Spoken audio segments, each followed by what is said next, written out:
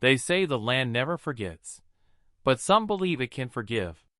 In Dry Creek Hollow, a sunburned stretch between dusty hills and cracked country roads, lived a man named Earl Mathis, hands worn from labor, eyes heavy with honesty. For over 3 decades, he planted corn, beans, and hope beside his wife Caroline and his younger brother Jake, whom he'd raised after their parents died. To most folks around town, theirs was the kind of family you pointed to when you talked about grit and togetherness. But the land, like the heart, keeps its secrets buried deep. The trouble didn't come with thunder or warning. First, the rains came late. Then, the livestock got sick. But the worst part didn't rise from the ground or fall from the sky. It came from the people he trusted most. Caroline, his life's partner, fell ill overnight, and the house seemed to fall with her. It was in the middle of that storm that Earl discovered the cruelest betrayal. Jake had sold off part of the land behind his back, while sharing a bed with his wife. Caroline died without explaining a thing. Jake vanished, taking the money and most of the cattle, like the past could be buried in dust. Earl was left alone, with a ruined crop and a heart split clean in two. No one ever saw Jake again. Not until one morning, a small boy with solemn eyes and a hat too big for his head showed up at the gate, clutching a dirt-stained letter. He was Jake's son. And with him came a different kind of planting season, not of corn, but of forgiveness. Hello my friends, I'm Roger, your storyteller from the Country Life Rural Stories channel. Leave your like and subscribe to the channel. Our story today is The Harvest of Shame, the farmer who planted on broken ground. Earl Mathis woke before the rooster crowed. Even with the other side of the bed cold and empty, his body followed the same rhythms it had known for years. He dressed without a word, lit the stove, and brewed 2 cups of coffee, though only he would drink them. The old wood-frame house stood firm, but something unseen made it feel colder, heavier, as if every wall held a memory. The fields that once shone green with rows of beans and corn now looked scarred, dry, and long forgotten. Earl walked them every day without a plow or plan, just to feel like there was still something left to tend. Folks in town whispered, but nobody dared ask about Jake or Caroline. They knew better than to poke at wounds the land itself was still trying to swallow. Caroline had passed one hot June morning, her eyes unfocused and her voice lost somewhere deep inside her. Earl never knew if her last breath carried love or guilt. What he did know was that the woman he loved with every part of himself had broken him just the same. And still, each time the sun dipped behind the hills, he mourned her in silence. Jake disappeared 2 days after the funeral, leaving behind only unpaid bills at the feed store and a half-empty barn. No note. No goodbye. Just talk, that he'd run off to Texas, that he got mixed up with bad folks, or that he changed his name to start fresh. Earl didn't want to know. Couldn't know. He hated his brother, but missed him too. One afternoon, while cleaning the old chicken coop, Earl found a bandana of Jake's buried under a pile of rusted tools. He picked it up, smelled it, then tucked it away without thinking. Blood, he thought, was a thorn you couldn't just pull out and toss. Then he looked up at the sky, dry and cloudless, and muttered, "You took Caroline. What more do you want from me, Lord?" A few days later, the town held its annual Harvest Sunday. Folks wore white shirts, a band played gospel hymns, and kids ran around with paper kites. Earl stayed home. He sat by the edge of his fallow field, arms crossed, watching the dust swirl in the breeze. He didn't want joy, didn't want faith. He just wanted to know when everything had started to rot. That's when he heard footsteps. Small ones, hesitant. He turned and saw a boy standing at the gate. Couldn't have been more than 8, with worn-out boots, a wide-brimmed hat that sagged over his eyes, and a torn backpack hanging from one shoulder. In his hand, he held a crumpled, dirt-stained letter. "Are you Mr. Earl Mathis?" the boy asked with a steady voice. Earl froze. A strange emptiness swelled in his chest. The boy held out the letter, scribbled handwriting, signed by Jake. "He said you were my family, that I'd be safe here." In that moment, the old farmer realized, sometimes, life doesn't ask your permission to start planting again, even when you don't feel ready to harvest. The boy's name was Lucas, though in the letter Jake had only called him the kid. He had pale eyes like Caroline's, and a seriousness that didn't belong on someone so young. Earl stared at him for a long while before speaking. He didn't know whether to hug him, send him away, or shut the door. In the end, he just pushed open the gate and said dryly, "Come on in."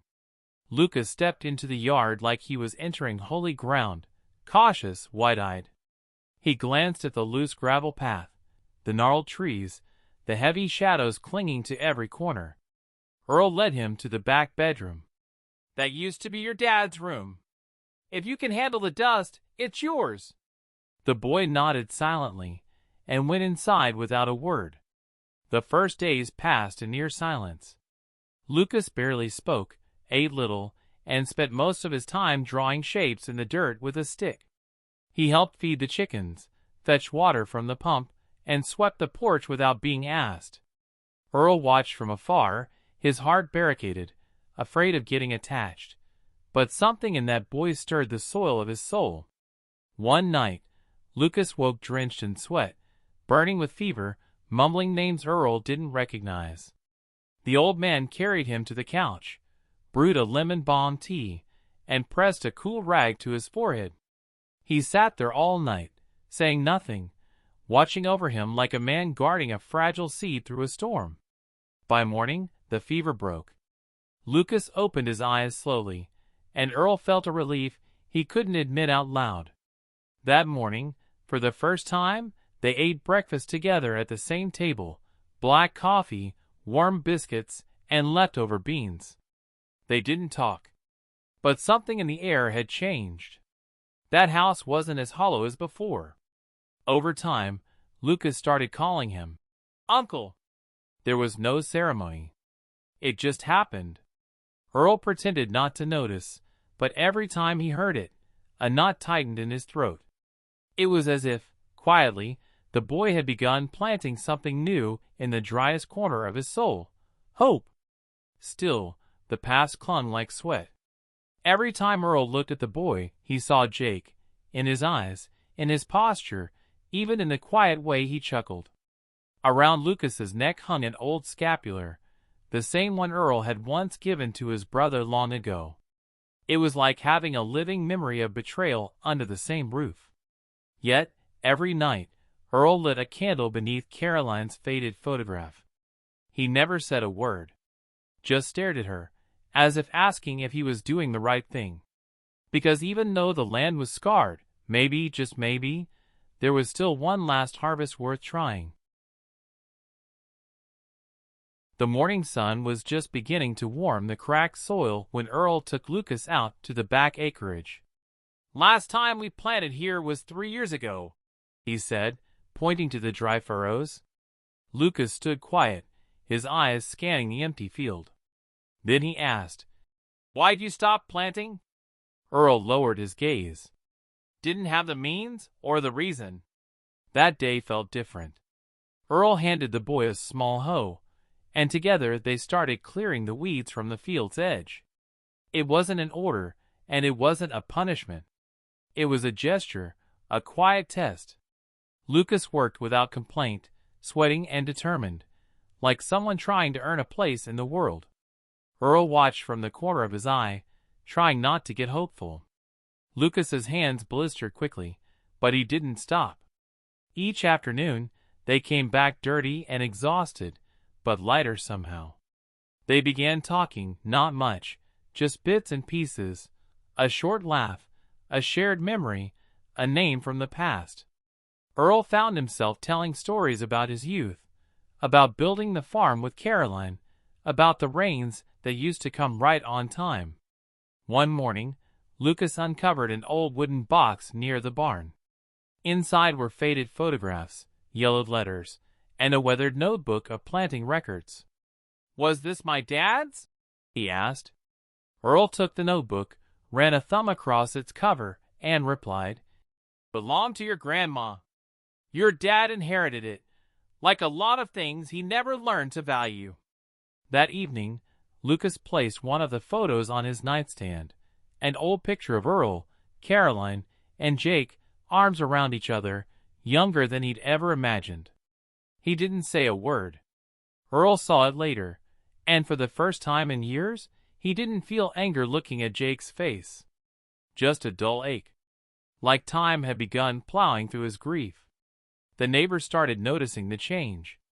Some were surprised to see smoke rising again from the Mathis farm. Others whispered about the bastard boy living with the widower. Earl didn't explain. He just kept planting, not with tools, but with small gestures, a quiet piece of advice, a softer tone, an extra biscuit on the plate. One afternoon, Lucas asked, "Do you think the land forgives?" Earl paused for a long moment. "Land don't forget," he said. "But if you treat it right, it might give you another chance." The boy nodded slowly, like he understood more than his years allowed. And in his eyes, Earl saw a reflection of the man he could have been, one still able to change the ending. They planted beans first, then corn. Each seed a silent promise buried in the dirt, a try at rebuilding what was lost. Earl didn't know if anything would grow. But for the first time in years, he cared less about the outcome and more about trying again. The news came tucked inside a dusty envelope with a Texas postmark. Earl found it in the rusted mailbox at the end of the drive. The handwriting was rushed but unmistakable. It was from Jake. The letter was short. He asked for forgiveness. Said he was sick. Said he didn't have anyone. And if anything happened to him, that Lucas should stay with Earl. Earl read the letter 3 times. Then he set it on fire over the kitchen sink, saying nothing. Lucas never knew his father was still alive. He didn't ask either. Maybe he could feel it, that some wounds hurt less when left unnamed. But since then, Earl slept poorly, haunted by Jake's words, like heavy sacks of wet soil on his chest. One sleepless night, Earl stepped outside and looked up. No moon. Just a sky full of faint stars, and the echo of a distant rooster. "What if he comes back?" he thought. "What if the boy wants to go with him?" The idea rattled him. It was foolish, he knew. But fear doesn't follow reason. And somewhere deep inside, the seed of love had already taken root. Lucas had started asking about Caroline. What was Aunt Caroline like? Earl stared into the distance. Then he pulled a hand-woven shawl and an old faded photo from a cedar chest. She was strong, had hands like stone, but a heart full of grace. The boy ran his fingers over the fabric like he could feel her spirit in the thread. "Did she love you a lot?" he asked. Earl just nodded, his eyes wet. Later that day, Lucas planted a single flower in front of Caroline's wooden cross. He didn't say a word. Just knelt, placed the blossom, and whispered something Earl couldn't hear. Watching him, something in Earl cracked. The boy wasn't his blood, but he was his. A child quietly tending to wounds the old man didn't know how to name. The field work moved slow but steady. The first bean sprouts poked through the dirt. Corn was coming along slower but hopeful. Earl found himself teaching again, how to read the clouds, how to tie rows, how to feel when the land was ready. It wasn't just farming. It was passing something on. One afternoon, Lucas came back from the well to find a new notebook, a pencil, and a seed log with his name written in careful block letters. "So you can learn what I never taught your daddy," Earl said. The boy smiled, a real one, full and free. It was the first time Earl had ever seen him grin like that, like someone who'd finally found home. But in the distance, the past hadn't disappeared. Because some men, no matter how far they run, drag their shadows with them. And Jake, sick or not, still had something left to say. The land was blooming, but even fertile ground can quake when the wrong footsteps return.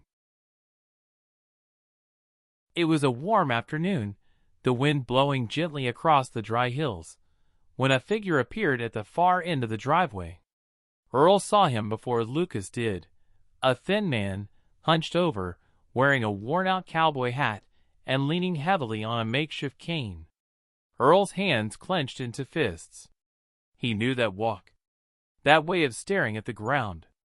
It was Jake, the brother who betrayed him, coming back like a ghost. Jake didn't speak at first. He just stood by the gate, not daring to cross it. His skin was pale, his frame frail, and a dry cough shook his body every few minutes. "I just want to see him," he said in a raspy voice. "I'm not here to take anything." Earl didn't answer. He stared, measuring whether it was even worth letting Jake's shadow touch his land again. Lucas came around the corner carrying a pail of fresh milk. He froze when he saw the man. Jake tried a weak smile. "Hey there, son." The boy stepped back, looking from Earl to the stranger. "Are you him?" he asked, not calling him Dad. Jake nodded. Lucas lowered his eyes, unsure whether to run or feel anything at all. Earl stepped forward and rested a hand on the boy's shoulder. "Go on inside," he said quietly. Then he turned to Jake. "What do you really want?" Jake coughed, pulled a folded paper from his pocket, and held it out. "Doctor says I don't have long. I didn't come to die alone. I need to make peace." The word peace sounded thin, like a rotten seed in a bag of good grain. Earl hesitated. Every bone in his body screamed to send him away. But Caroline's memory, watered by years of silent grace, weighed heavier than the anger. "You can sleep in the shed," he said at last. "But don't expect more. We don't plant guilt around here." Jake lowered his head. He didn't argue. That night, the ranch was quiet in a way Earl hadn't known before, a thick, strange stillness. Lucas didn't touch his dinner. Earl found him sitting by the window, staring at the moon. "Is he staying?" the boy asked. "Just for a while," Earl said. From the doorway, Jake added, "I didn't come to take your place." But his words had no roots. They drifted weightless. The following days were tense. Jake tried to help around the place, but his body couldn't keep up. Lucas avoided him. Earl watched like a man waiting for a wild dog to bite again. But Jake's eyes held no pride anymore. Only ashes. And through it all, the crops kept growing, as if the soil refused to hear the sins of men. One Sunday, Jake knelt at Caroline's grave. He didn't speak, didn't cry out, just wept quietly. Earl watched from the porch, but didn't interrupt. Maybe it was too late to ask for forgiveness. Maybe not. But one thing was certain. The land could be harsh, but it never stopped listening. The following weeks felt like walking a tightrope over broken glass. Jake slept in the old shed, coughing harder with each night, his strength fading. Lucas barely looked at him, carrying a mix of curiosity, resentment, and unease, the kind only a child abandoned by blood could know.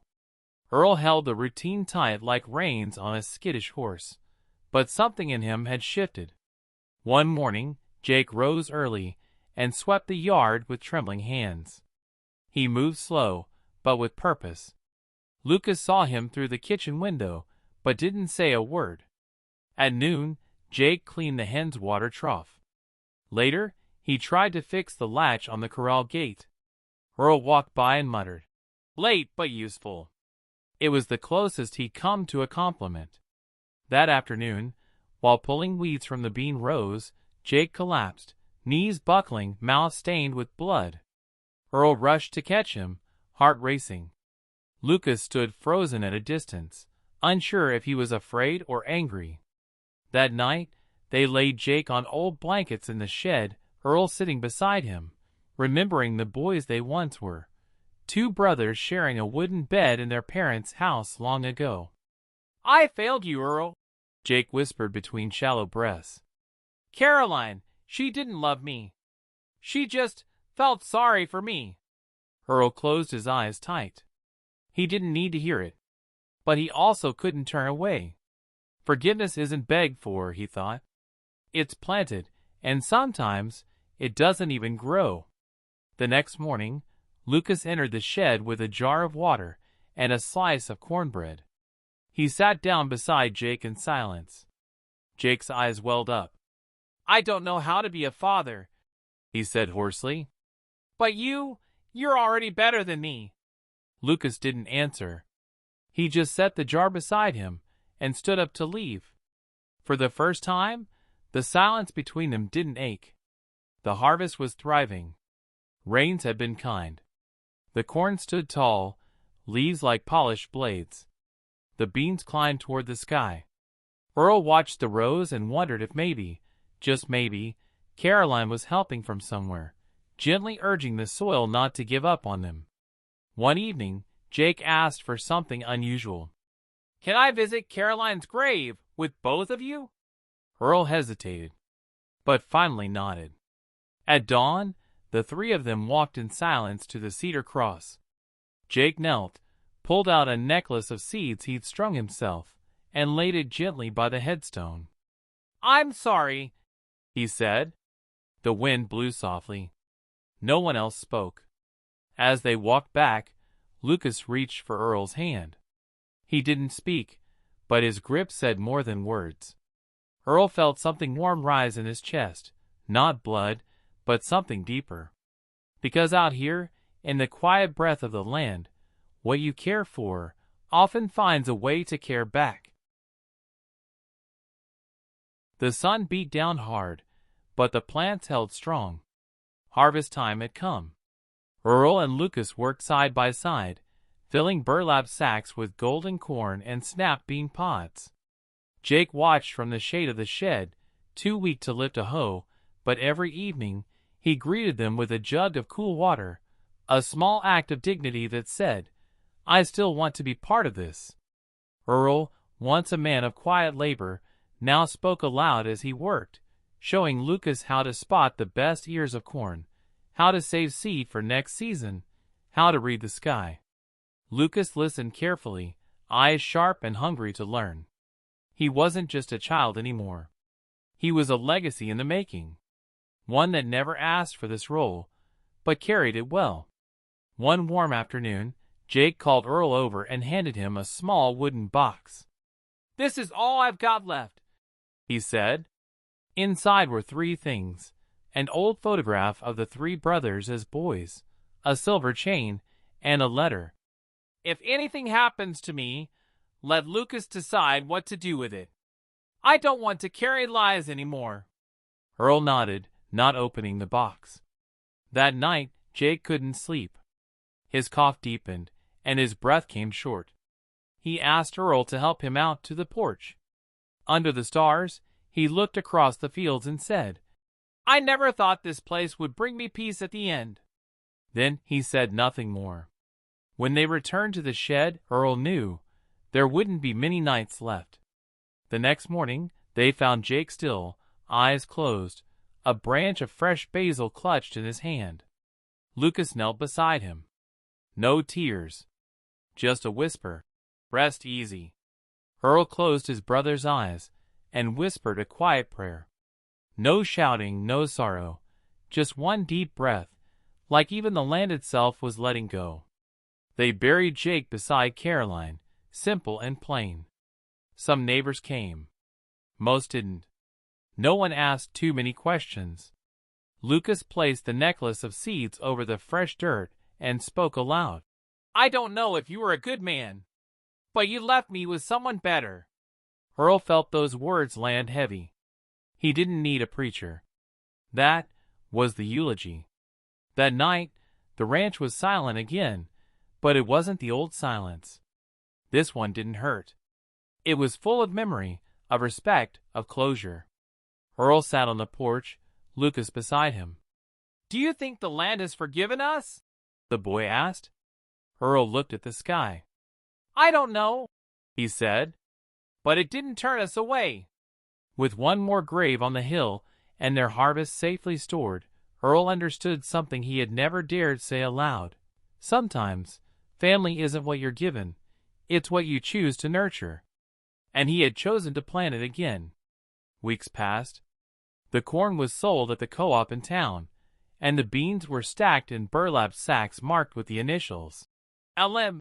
Earl hadn't thought much about it until Lucas asked, "Are those letters for me?"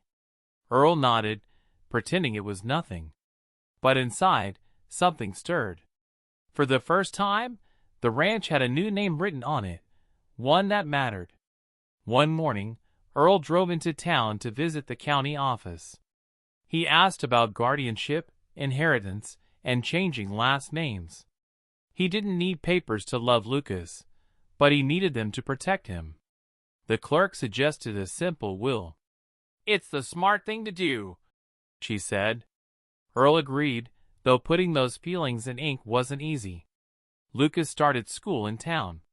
At first, he was shy, quiet. Then he opened up. He drew pictures of barns, cows, wildflowers, and the ranch.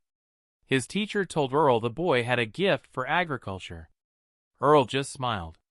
"He's got earth in his hands," he said. "Just like Caroline did. Just like I do." Every afternoon, they walked the fields together. Lucas asked questions about planting, about moon cycles, about compost. Earl answered with patience. He wasn't just teaching how to farm. He was teaching how to care. "It ain't about how much you grow," he said. "It's about how well you honor what you've been given."